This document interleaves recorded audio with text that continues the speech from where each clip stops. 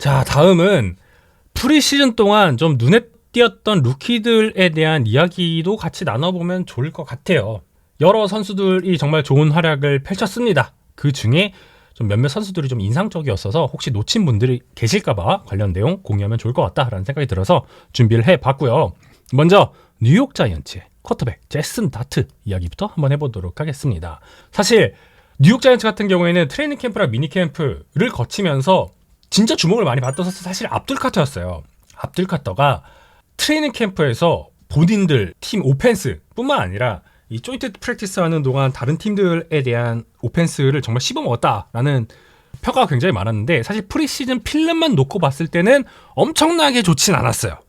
첫 주차 좋았고 2, 3주차에는 좀 스냅 자체도 좀 제한적이었고, 카터가 제 딴에는 100%로 뛴 것 같지는 않아요. 러싱에 대한 디펜스를 할 때도 그렇고 패스 러쉬를 할 때도 그렇고 일부 스냅을 제외하고는 뭐 굉장히 제한된 롤과 스냅을 부여받았을 뿐만 아니라 롤도 굉장히 다양하게 했거든요. 이제 그러면서 주로 와이드 라인에서 정렬을 하면서 브라이언 번즈라거나 케이번 티버드와 조업을 맞춰서 서브 패키지, 뭐 스턴트라거나 트위스트 이런 데 투입이 되긴 했었는데, 이런 다양한 정렬 실험 단계에 있었던 것 같아요. 그래서 뭐 러싱 디펜스에서도 확실하게 뭐 눈에 띄는 모습까지는 보지 못했고, 뭐 한 5차례 정도 막 큐비 허리 같은 거 하면서 패스러시의 임팩트를 보인 부분까지는 있었지만 엄청 압도적이진 않았다. 저희가 트레이닝 캠프에서 접했던 소식만큼.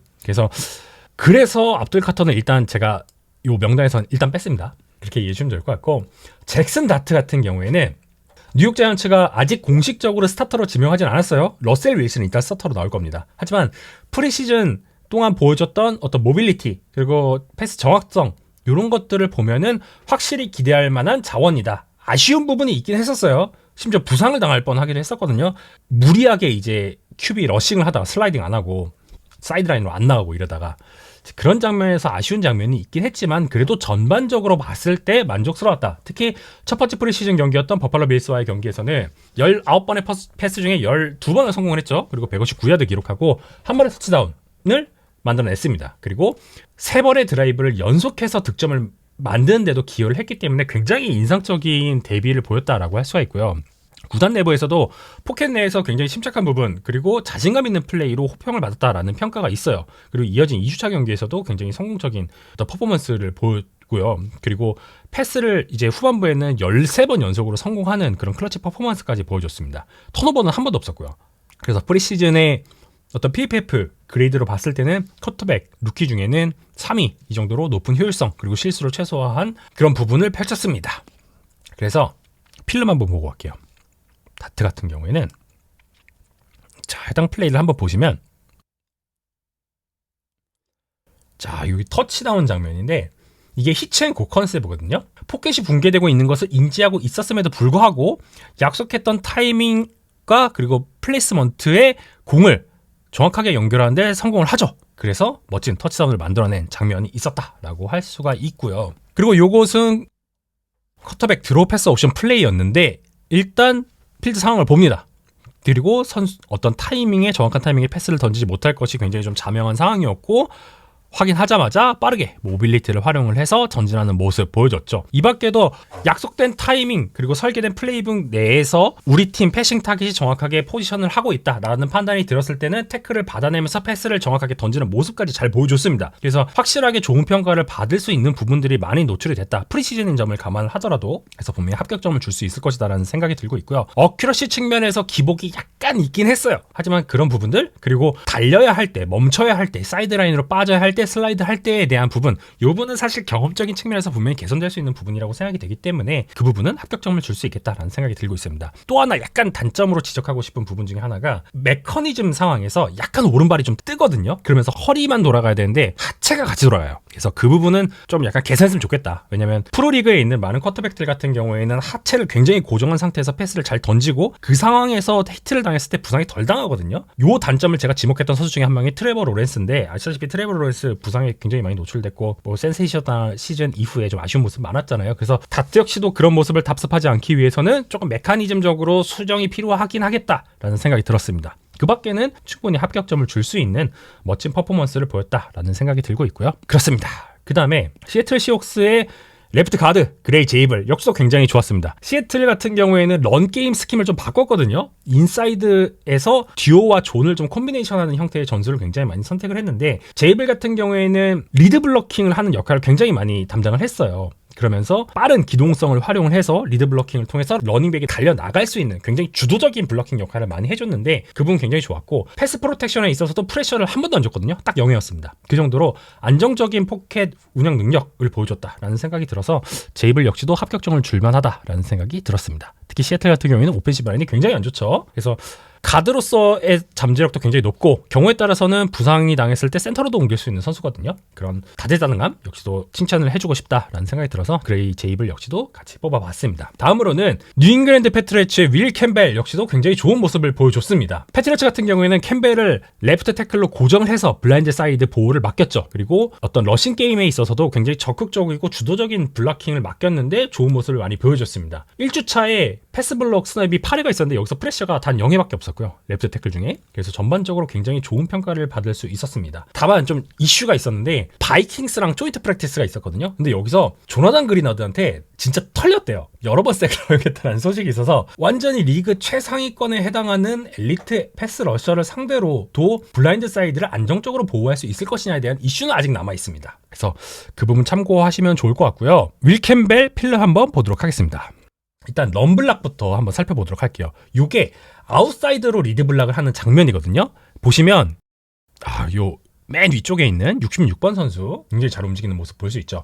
일단 보시면 타이트엔드인 헌터 헨리가 모션을 한 뒤에 슬롯으로 이동을 해요. 안쪽으로 들어와서 엣지를 블락을 하고 윌 캠벨은 굉장히 빠르게 바운더리로 빠집니다. 헌터 헨리 지금 바운더리에서 내려오죠. 그리고 캠벨이 순간적으로 외곽으로 빠집니다. 이렇게 되면서 코너백인 노아 이그비노겐에게 블락을 하죠. 여기서 좀 중요했던 것은 사실 굉장히 빠르게 움직인 윌 캠벨의 움직임도 중요했지만 맥 콜린스가 상대 라인베커인 메드라노를 1차적으로 저지를 하거든요. 이 부분이 굉장히 인상적이었습니다. 보시면은 헨리가 가운데서 들어오고 바깥에 정리했던 콜린스가 1차적으로 블락을 하죠.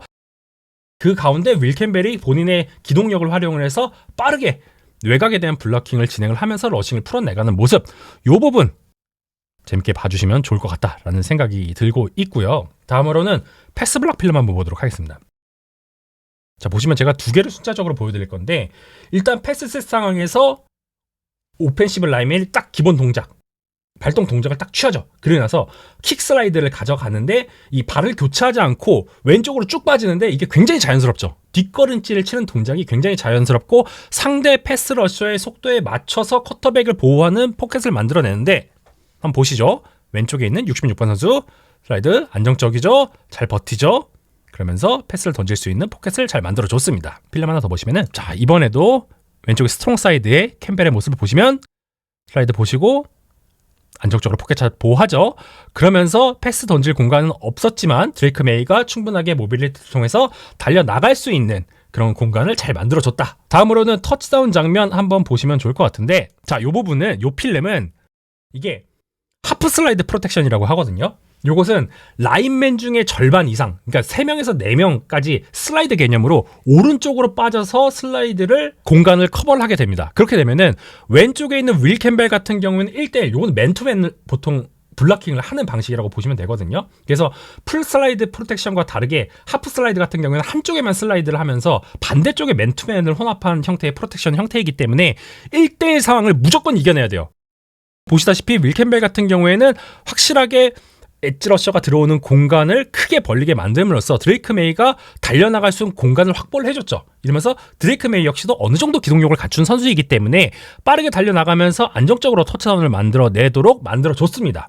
그래서 이런 필름들을 보면서 윌 캠벨 같은 경우에는 일단 넌블락킹에서도 본인의 기동성을 잘 활용을 했다. 추가적으로 일반적인 패스셋 그리고 킥슬라이드에서도 좋은 모습을 보여줬을 뿐만 아니라 본인의 1대1 역할이 굉장히 중요한 하프슬라이드 프로텍션에서도 본인의 장점을 잘 보여줬기 때문에 앞으로 이 선수가 보여줄 플레이 굉장히 기대가 된다. 하지만 앞서 말씀드린 것처럼 조인트 프랙티스에서 조나단 그리너드에게 털린 거 이런 부분들 같은 경우에는 반드시 개선이 필요하겠죠. 그래서 이런 부분들 참고를 해서 이번 시즌 패트리어츠의 오펜스 한번 지켜보시면 좋을 것 같습니다. 그렇고요. 다음은 정말 놀라운 재능이라고 평가를 받았던 라스베가스 레이더스의 애시튼 젠티 플레이 한번 살펴보도록 하겠습니다. 이 젠티 같은 경우에는 라스베가스 오펜스가 뭐 인사이드에서 뭐 존, 듀오 이런 데서 컷러너를 좀 많이 썼어요. 그리고 레드존에서는 이렇게 패드를 낮춰서 파워 피니시를 할 수 있게, 이게 젠티가 워낙 다재다능한 러닝백이기 때문에 가능한 롤 부여인데 아주 잘 수행을 했죠. 물론 1주차는 좀 아쉬웠는데 2, 3주차 지나면서 그래도 본인이 가치 있는 선수다라는 것을 보여줬습니다. 그리고 썰르다운 백으로서 활용될 수 있기 때문에 뭐 스크린 상황이라거나 체크다운 패스 옵션으로서도 굉장히 좋았고, 여기서도 쿼터백의 패스를 잘 받고 추가적인 야드를 획득하는데 아주 안정적인 모습을 보여줬습니다. 기본적으로 존블락 스킴이거든요. 이 존블락 스킴을 전개를 하게 되는데, 자, 터프하죠? 자, 전술적인 내용을 얘기하기 위해서 보시면 오른쪽에 트립스로 리시버 3명을 묶어놓죠. 이 묶어놓은 상황에서 묶어놓았다가 순간적으로 자코비 마이어스를 모션을 통해서 반대쪽으로 더미 라우트를 타게 하면서 디코이로 보냅니다.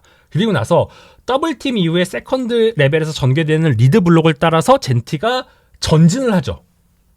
보시면 자, 마이어스 디코이, 존 블라킹 이후에 갭을 찾아가는 능력 아주 뛰어나다라고 할 수가 있고요. 그리고 태클을 하는 이 드머들의 르노어의 태클이 있었는데, 르노어가 코너백인데 태클을 꾀하는 선수거든요. 근데 젠티가 이것을 뚫어내면서 추가적인 야드를 획득하는데 성공을 합니다. 굉장히 터프한 모습이었어요. 자, 여기서도 사실 컨택트에서 끝날 수 있는 플레이였는데 추가적으로 5야드를 획득하는 모습 아주 인상적이었다라고 할 수가 있고요. 또한 터치다운 상황에서 굉장히 헤비한 퍼스널과 컨센서트 포메이션에서 그냥 무작정 몸을 들이대지 않죠. 확실하게 열리는 공간을 보고 태클 상황을 보고 빠른 컷과 전진을 통해서 터치다운을 완성해내는 모습. 자, 이게 이 라스베가스 레이더스 런게임에 정말 필요했던 부분인데, 이런 효율적인 터치다운 성공 매우 좋다라고 할 수가 있겠습니다. 그래서 젠티 역시도 아쉬웠던 1주차 이후에 그래도 2, 3주차 보내면서 아주 좋은 모습 보여주면서 라스베가스 레이더스의 이 오펜스, 특히 피트 캐롤 같은 경우에는 런게임으로 경기를 풀어나가는 것을 굉장히 선호하는 코치이기 때문에 젠티와의 호흡이 참 기대가 된다라는 말씀 드리겠습니다. 그렇고요. 차저스 우승님, 젠티 적당히 잘해야 되는데 차저스를 응원하시는 입장에서는 그렇죠. 후님, 젠티 터프한 모습 보니까 레이더스 팀 컬러랑 잘 맞는 느낌 드네요. 네, 저도 전적으로 공감하고 있습니다. 그리고 심지어 레이더스 같은 경우에는 피트 캐롤 체제로 들어왔기 때문에 더구나 이제 쿼터백에게 모든 것을 기댈 수 있는 그런 상황이 아니잖아요. 신시티 벵갈스와 같은 그런 상황이 아니기 때문에 런 게임이 반드시 담보되어야만 하는 오펜스라고 할 수가 있거든요. 그런 부분에서 젠티의 활약은 반드시 필요하다. 그리고 지금까지 일단 프리시즌으로 봤을 때, 그리고 트레이닝 캠프에서 나온 몇 가지 필름을 봤을 때 뭐 합격적으로 줄만하다, 기다릴만하다, 잘 뽑았다라고 할 수가 있겠습니다. 그렇고요. 자, 여기까지는 좋은 쪽으로 인상적이었던 선수들이라고 한다면 포지티브하다. 이 친구는 정말 네거티브하게 인상적이었던 선수였다라고 할 수가 있겠습니다. 자, 모르는 분들을 위해서 말씀을 드리면, 저희가 이번 오프시즌 동안 셔더 샌더스 얘기 엄청 많이 했잖아요. 그 셔더 샌더스의 형제입니다. 당연히 디온 샌더스의 아들이죠. 이 친구가 사고를 쳤어요. 프리시즌 경기력이 안 좋았거든요. 미스 태클 굉장히 많았고요. 페이스 마스크 반칙도 했고요. 본인 감정을 이겨내지 못하고 상대를 때렸어요. 주먹으로, 심판 앞에서. 그래서 퇴장을 당했습니다. 그러면서 결국에는 방출이 됐어요. 이 이후에 헤드코치인 토드 볼스 같은 경우는 인터뷰에서 이거는 변명의 여지가 없는 너무 안 좋은 행위다라고 아주 직설적인 비판을 했고요. 결국 사일로 샌더스 같은 경우에는 프로리그에서 앞으로 좀 보기 어렵지 않을까라는 그런 생각이 들고 있습니다. 아빠처럼 세컨더리, 그러니까 세이프티 선수라서 뭐 코너백은 아니지만 그래도 세컨더리로서 뭐 아빠의 재능을 어느 정도 이어받을 수도 있었고 멘토링도 받을 수 있는 상황이었고, 실제로 디온 샌더스가 트레이닝 캠프에 비공개로 합류를 해가지고 사일로 샌더스의 플레이도 봐주고 막 조언 같은 것도 해주고 이랬었거든요. 근데 본인 감정을 못 이기고 결국에는 프로에서 보기 어려워진 그런 상황이 돼버렸습니다. 그런 상황이라고 할 수가 있고요. 근데 사실 사일로 샌더스 같은 경우에는 이전에도 사고를 되게 많이 쳤어요. 2016년도에 이 보안관을 때린 적이 있거든요. 고등학교 수업 시간에 약간 수업을 방해한 행위를 했었어요. 근데 이제 학교마다 이제 보안관들 있잖아요. 이렇게 가격해서 넘어뜨리고 폭행을 했다라는 그런 이슈가 있었는데, 재판으로 이게 2022년도에 재판이 있었거든요. 근데 법정에 안 나갔어요, 사일로 샌더스가. 그러면서 굉장히 막대한 금액의 배상 명령이 떨어지기도 했었습니다. 그리고 2023년도에는 파산 신청을 하게 됐고요. 디온 샌더스 아들인데 뭐 그런 것도 있었고, 대학 풋볼 선수들 이 NIL 계약 이제 하기 시작했잖아요. 근데 요걸로 원래 신고를 해야 되거든요. 근데 요거 신고를 안 했어요, 몇 개를. 그러면서 사고를 너무 많이 쳤다. 필드에서도 사고 쳤다. 그러면서 앞으로 보기 어렵지 않을까. 이 프로리그에 살아남는 거, 생존을 위해서 정말 많은 선수들이 시간과 노력을 할애를 하고 정말 애를 쓰고 있잖아요. 진짜 목숨 걸고 하고 있는데 왜 이랬을까? 그 중요한 경기, 프리시즌 소중한 스냅에서. 그렇습니다. 이런 사건은 좀 개인적으로는 좀 없었으면 좋겠고요. 사일로 샌더슨 안녕. 그렇습니다.